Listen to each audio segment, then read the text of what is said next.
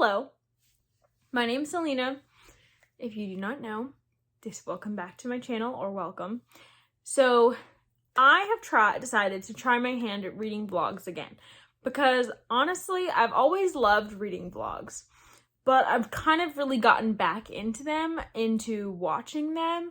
So I wanted to try my hand at them again, because I remember not being very good at them, but I think I just need to have more time to dedicate to them and get a little bit creative with them, because that's what I love about the reading vlogs. I love the creativity of them. I love the slice of life stuff. I love seeing what people are reading as they're reading it. I love hearing their in-depth updates as they go through. And it was when my reading vlogs started feeling stale to me that they were not turning out how I wanted them to. So I figure if I can figure out what I want them to be and really put myself and my passion into them, then I may like them a bit better. So I'm gonna try that. So without further ado, let's get into what I've read recently. I'm gonna tell you what I've read in the past week, because it is currently May 7th. It is a Saturday, and I'm gonna tell you what I've read in the beginning of May. So I have read, very briefly, the first thing I finished, I think, was it Gallant? Okay, I don't know what order I finished these, but I finished Gallant by V.E. Schwab. Yes, that was the first thing I read. I really, really enjoyed that one. It's like this gothic YA-ish, but it's kind of all ages book. It's V.E. Schwab's new release. It's very small, and I just loved the atmosphere of it. I loved how it used the gothic tropes. I really, really enjoyed Gallant. I thought it was really well crafted, and I just really, really enjoyed it. So I gave that 4.5 stars. And then I finished The Wolf and the Woodsman by Ava Reed. That one I gave like 3.75 because I really liked and appreciated a lot of it. But because it is a very sort of meandering plot, there were parts of the plot and the settings and things that I liked a lot better than others. So the beginning of it, I really, really liked the sort of traveling through the woods, two people who have a lot of tension between each other, who do not like each other very much. That was the part that I really, really latched onto. And then the rest of it, with this more court intrigue stuff, I didn't love as much. Especially because I don't know that I got fully invested in, one, the relationship from the first part, but also, like, once we got into a new setting, I don't know that we had enough time outside of it for the things inside of it to work, almost. I don't know. It didn't fully work for me, which is disappointment, because I thought I was going to absolutely love that book, like 5 stars, new favorite.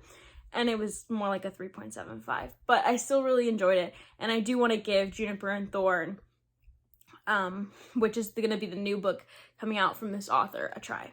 I also finished The Lightning Tree by Patrick Rothfuss a couple of days ago. I really enjoyed that. I got it from my library and I just read that story. It's in this larger anthology of short stories from a lot of like major big name fantasy authors. I think George R.R. Martin, Joe Abercrombie, there's tons of people in this story, in this short story collection, but I only cared about The Lightning Tree because it's a Kingkiller short story. And it's kind of a day in the life of the character of Bast, who we don't know much about, but he's in the framing timeline story of Kingkiller. And we haven't met him in Kvothe's like tale yet, so we really have no clue who he is, how he knows Kvothe, what he's learning from Kvothe, how their lives have really intertwined other than what we see in the present.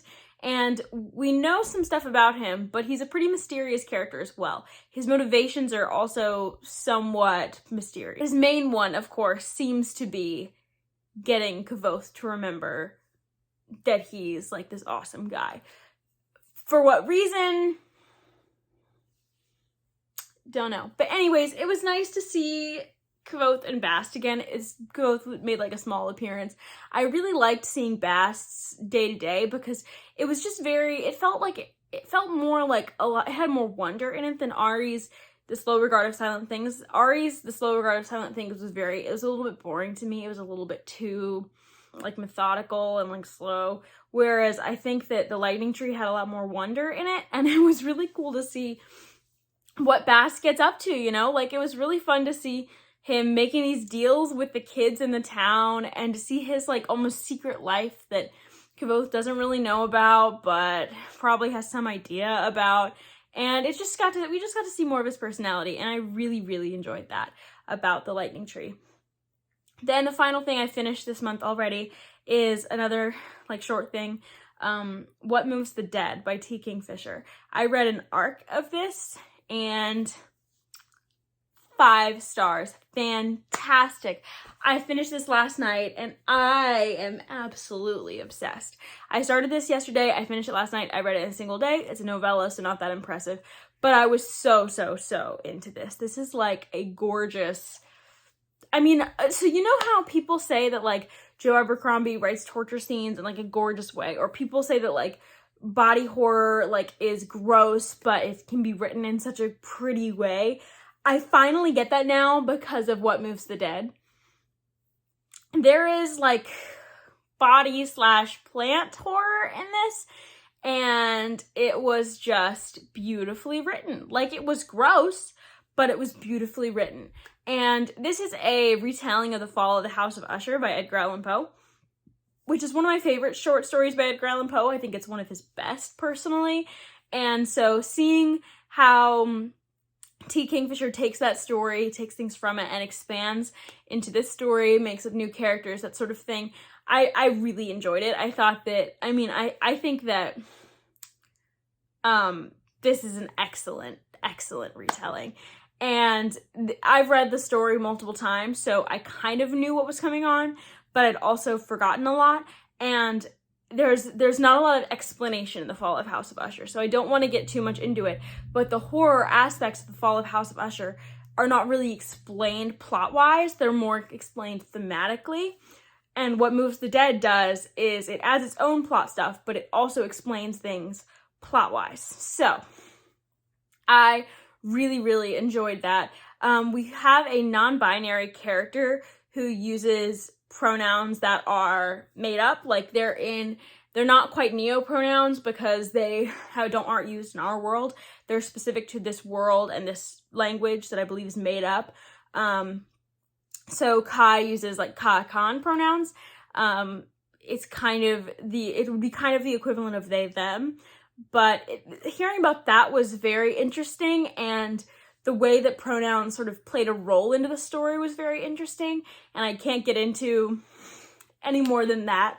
The creepiness of this story, a lot of it was atmospheric, right? So we have our main character who is going to the House of Usher to check up on his friends who have sent letters that, like, things are going wrong, things are bad. And there's a brother and a sister. The brother believes that the sister is dying. And right as soon as you get there, the atmosphere, the flora, the fauna around this estate is messed up. There's some nasty mushrooms everywhere. Fungus is growing, like, everywhere. There's these hairs that are real weird. By the way, just look at this cover. First of all, I think it's beautiful. Second of all, yes, that is a body of a hair too, actually, I believe. So if you are really sensitive to like, animal death, it's a horror novel with a dead hair on the cover, maybe two. You should infer that there's going to be animal death in this book, so maybe stay away. There's some very weird hairs.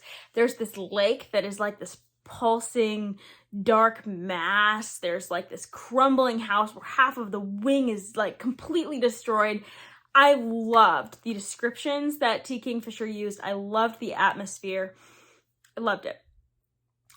Our main character is also a little bit funny. So our main character, it was very interesting to be in Carne's head because Ka was sort of like, commenting on everything in sort of a sarcastic and funny way, and I really enjoyed that. And then the other characters in the house, like when you see them and you start unraveling the mystery of like why things are the way they are, it just gets real good. It gets real good. It reminded me a little bit of Into the Drowning Deep. I don't really want to say why. I think it just, there's a certain trope that they both sort of have that I really love in horror, and so I might try and look for more horror that is like that.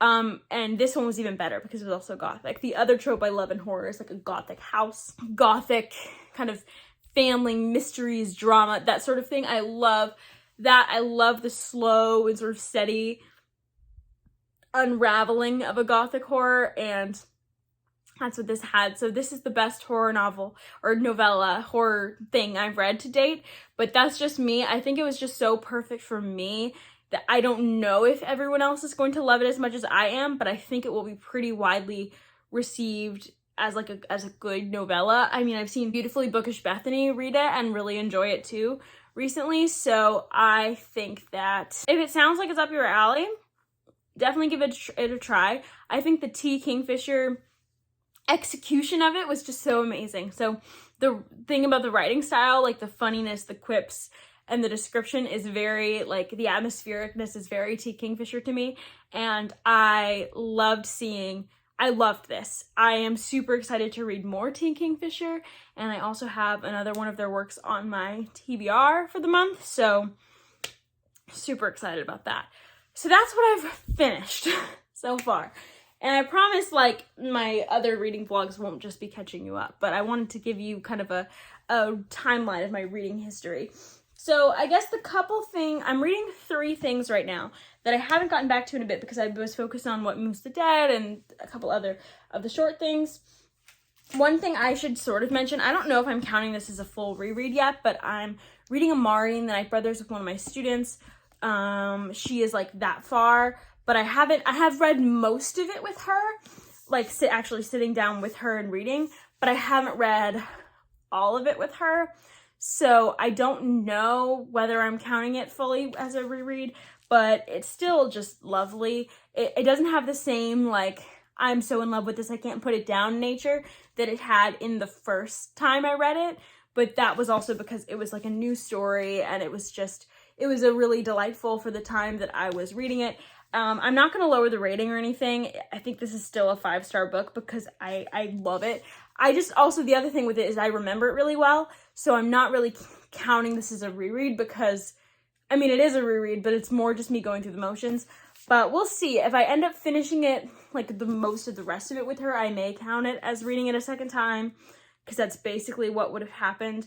But also, I find that there's a difference in when I'm reading something to myself, like just reading it or like listening to it on audio, and reading it aloud. And so I've done a lot of reading aloud with this. Same with A Monster Calls recently. Like, I've read A Monster Calls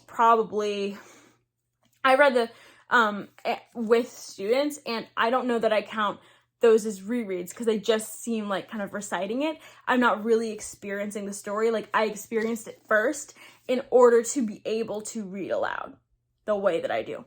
So I don't really know if I'll count this. It doesn't really feel like a reread like I would for like how I would reread something if it were just on my own time, but I am reading this with a student and I think she's really enjoying it, so that's very good. The things that are like more for me that I'm reading, I am reading Royal Assassin. Finally, I'm loving it so far. It's been a couple days. I am 162 pages into it, and it's just really good. I love the slow pacing that Robin Hobb has. I love the character work that Robin Hobb engages in. I love Fitz, and I really am enjoying this so far. And like, if I think about it, like, I'm not like, I don't know, Robin Hobb's books are so interesting because if I think about it and I think about the plot, it doesn't always sound like something that I will enjoy, but then like the experience of reading it just makes it like chef's kiss perfect to me. Like, I've loved reading this so far.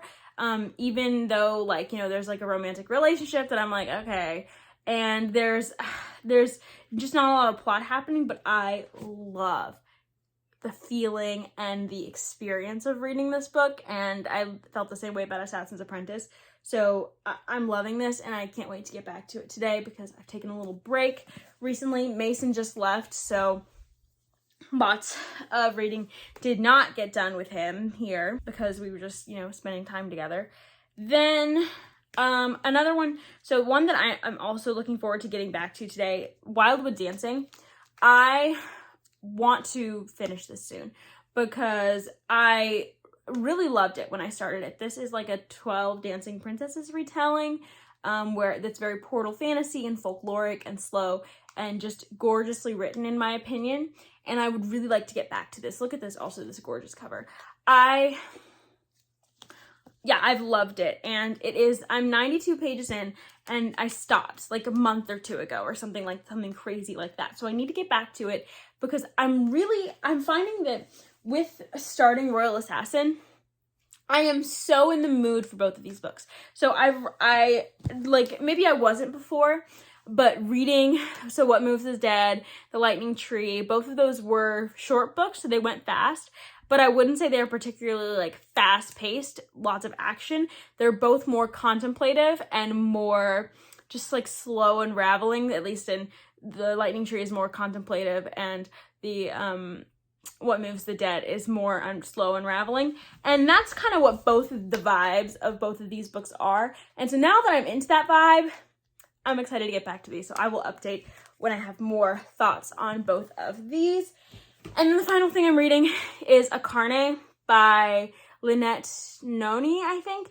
This is like apparently like a really famous like Australian YA series. I didn't know that. I just knew that it's Audible. It was on Audible. It's on Audible Plus free for me, the whole series. So I would like to read this first one and see if I want to continue with the rest while it's on the like Audible Plus. I'm liking the first book so far, but not loving it. I'm not super far into it. It just is very like very young YA, so it's definitely one that I will have in my classroom. It definitely gives me older YA vibes, with its sort of, I don't want to say cheesiness, but it's a little bit cheesy with the type of protagonist we have, and then there's immediately like 4 hot guys that like when she goes into this magical world, like they all appear, and one's like a bad boy, like a villain, and like the other 3 are like himbos, and it's like, okay. And then she's gonna go to a school, and I can already tell you, like, she's probably gonna be the most like special person there, and it's fun. I'm not like super into it yet because it is reading pretty young and pretty like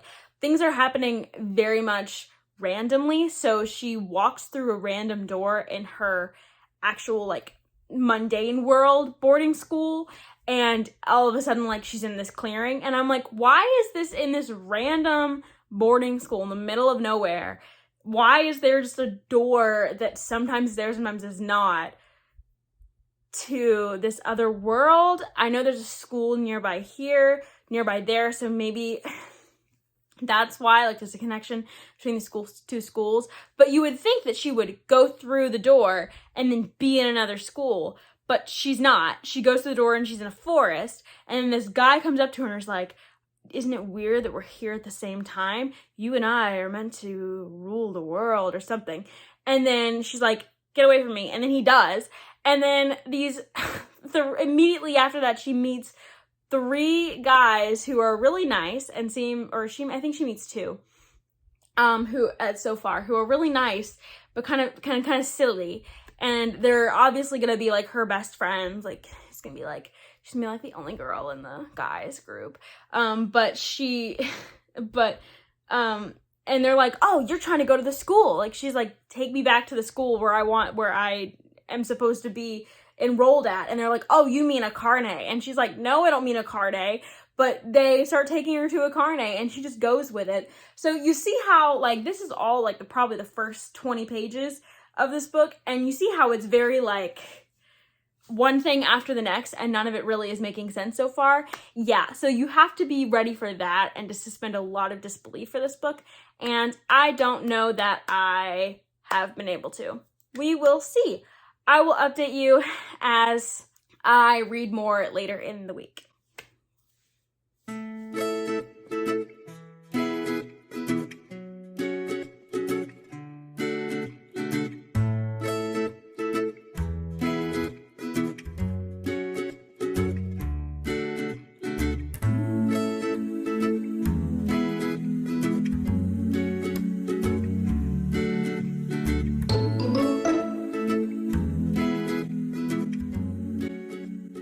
So, you know that whole thing where I said that I was done with my student teaching and I would have all of May and like be like really free so I could like do a bunch of stuff with Youth Booktube and stuff?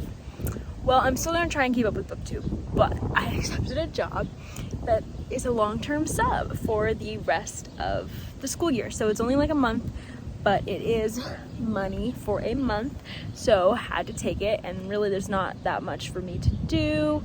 Still trying to figure out some logistics with that, but right now I'm on my second day and I'm on my break, so I figured I would give you an update. It is currently Thursday the 11th? 12th. It is Thursday, May 12th. So I finished Akarnae. I don't exactly remember when. I think it was yesterday morning or Tuesday night, I think. I finished it and I really enjoyed it. I gave it 4 stars. It was a good book. It was really good. I actually really thought it was kind of cute, and I wasn't fully expecting, when I started it, I didn't know how I was gonna love it. I was worried that maybe I wouldn't love it and I just wouldn't continue with the rest of the series, even though they're all perfectly available on Audible. But I actually am going to continue with the series because I thought it was simply adorable, and it's one of the better 4 stars that I've read this year. So I had a good time. I had a really good time with it. I don't have any updates on Royal Assassin or Wildwood Dancing yet because I started this new job. I subbed at my old placement in a different classroom, but at the same school, for Monday and Tuesday, and that was wild. And then literally Tuesday afternoon, I got this job, and so started yesterday, and so I was here all day yesterday, and I'm here all day today, so better angle for my arm, at least. Then I, since I've been here, I've really been able to listen to a lot of audiobook though. So obviously I'd finished Carne, so I started something else. And what I started was Exile by Shannon Messenger.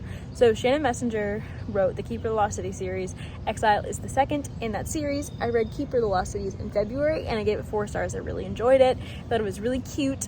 Akarnae actually reminds me a little bit of Keeper of the Lost Cities. It gives me like a similar vibe. So I think if you like one, you may like the other. I've heard that also from Brightness Katie Reeves. She said that, and that was originally what put Akarnae on my radar like that, because I'd read Keeper of the Lost Cities, the first one, and thought it was really good. So I wanted to read it, and I thought I liked Akarnae better than Keeper of the Lost Cities, but I honestly, I don't know. I don't think I do anymore now that I'm back in the world and with Sophie. I just thought Keeper of the Lost City was so good, but they're right up there for me of really cute, fun series that I really like to read that are definitely more YA. Keeper of the Lost Cities is technically middle grade, but I think it's a bit older middle grade. Like, it definitely skews older with the sort of deep discussions of like trauma and grief that definitely go on in this series. Like, the series gets dark. Like, in book 1, it already got dark. So I definitely wouldn't recommend it if you're worried about like more dark content for kids or something. Like, if you're worried that your kid might be upset by like kidnapping, then that's definitely a thing that happens in the first book. But otherwise, I don't want to say much. But Exile pretty much picks up where Keeper of the Lost Cities left off. We're about to start a new year at the magical school. If you didn't know, Keeper of the Lost Cities is about a girl named Sophie who finds out she's an elf and is taken into the elven world and basically goes to this elven school, and she finds out that she's just very different than most elves, starting with her brown eyes and ending with some spoilers I don't want to tell you.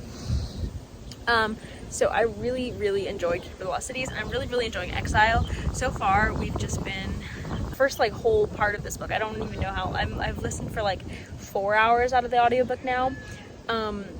This whole first part, we've mainly been focusing on this magical creature, which I love, because this series, another reason why I love it is because it does have lots of magical creatures in the world, and we are very close to them because where Sophie lives, there's basically the sanctuary for magical creatures, and a new one was just added to the sanctuary, and it is such a cool creature, such a cool character, such a cool addition to the story, and I'm super excited to see where that goes.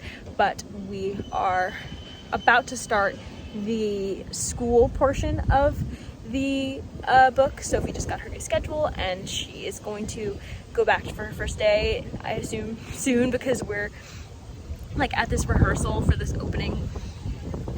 Students walking. I don't want to be filming right now. Okay, I think the kids are gone.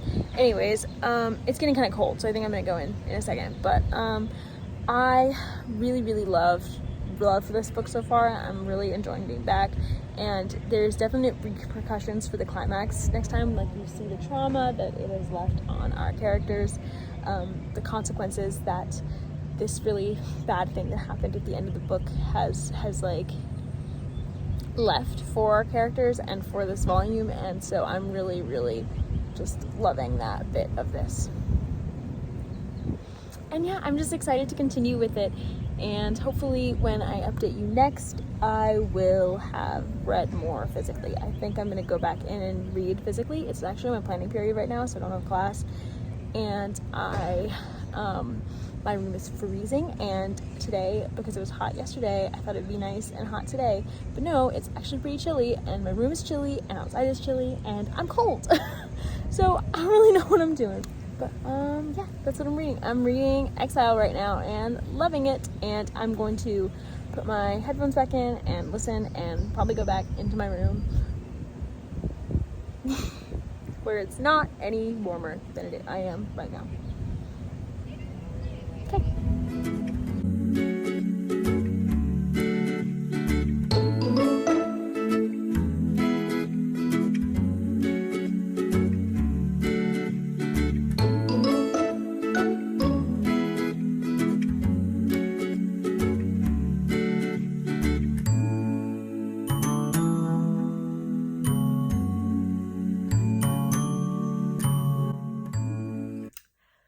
Hi, so as you can see and hear, I am sick.